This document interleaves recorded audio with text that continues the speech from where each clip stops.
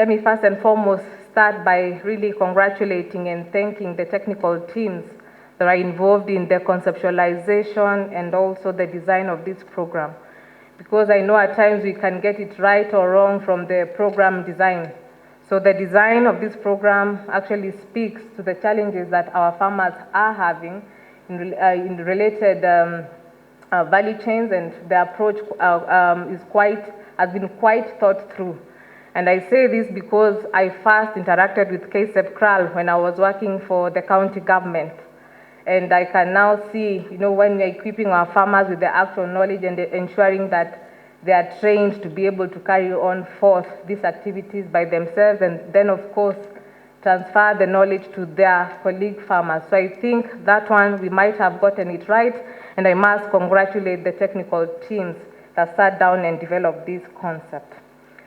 I know many a times, of course, projects have, timelines where we have them starting and then also we have them closing at a specific time. And then we want to really encourage our farmers and also my colleagues from the county government that there's no harm, even as we design new projects and programs. There's no harm in us replicating and also institutionalizing this particular program if we feel it has been addressing to those challenges that we have been having as counties and also as farmers and also in terms of extension. So mine is to encourage that we also keep the lessons learned.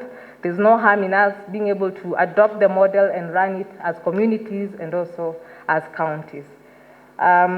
With those really few remarks from my end, let me now officially read the Cabinet Secretary's message to all of you. I take this opportunity to appreciate the welcome that we have received from the management of the Kenya School of Government, Lower Kabete, who have graciously hosted the National Closure Workshop for the initial EU grant for KCEP CRAL to the Government of Kenya. I'm pleased to join the KCEP, the Kenya Cereal Enhancement Program, Climate Resilient Agricultural Livelihoods, that is KCEP CRAL program, and other stakeholders in marking the closure of the initial EU grant for the program. We are here to celebrate the good support the Government of Kenya has received from the EU through IFAD since the start of KCEP in April 2014. Most importantly, we are gathered here to, one, celebrate results attributed to the program interventions, to share experiences, take note of lessons learned that will inform future designs and implementations of agricultural programs, both at the national and the county level. Also, to mark the beginning of a smooth exit strategy and consolidation of the sustainability phase for the program interventions. Today marks an important achievement for the program and demonstrates the continued support to the Government of Kenya by the development partners, EU, IFAD, private and public sector partners in the agriculture sector, which is greatly appreciated. We have gathered here today to mark and celebrate a successful design, conceptualized and implemented e-voucher scheme in Kenya. The country has now become a learning ground for other African countries, specifically Sierra Leone and the Democratic Republic of Congo. And development partners, currently the World Bank, have ongoing activities that have adopted and customized the e-voucher model. This model has ensured transparency, accountability, and efficiency in the management of agricultural input subsidies. Additionally, it is important to point out that most of the program implementing counties have identified the benefits of the e-voucher model and have plans to integrate the same in the management of access to subsidized agricultural inputs and services at the county level. As you may be aware, Kenya's economy is predominantly agro-based, with the agricultural sector contributing to over 24% of the national gross domestic product directly, and another 27% indirectly through manufacturing and agro-processing. The sector supports the livelihoods of 80% of Kenyans. The Ministry, through the State Department for Crop Development and Agricultural Research, aspires to transform agriculture to a more commercially driven enterprise as a vehicle to drive the country to a middle-level industrialized state as envisaged by the ASTGS and the Vision 2030. The program has demonstrated that despite the low and unreliable rainfall, the KCEP CRAL smallholder farmers have registered improved food security through increased crop yields, increased farm incomes, and their resilience to vagaries of weather enhanced from the agricultural input support and capacity building initiatives supported by the program. Ladies and gentlemen, the KCEP CRAL is one of the programs being implemented by the State Department for Crop Development and Agricultural Research that is addressing national priorities, specifically the food and nutrition security pillar of the government's Big Four agenda. The program has promoted commercialization of 4 main cereal and pulse value chains, namely maize and beans, sorghum and green grams, maize and green grams, and maize and cowpeas in the medium to high potential in the ASAL's selected counties. This has aimed at enhancing crop productivity in view of improving food security and commercialization.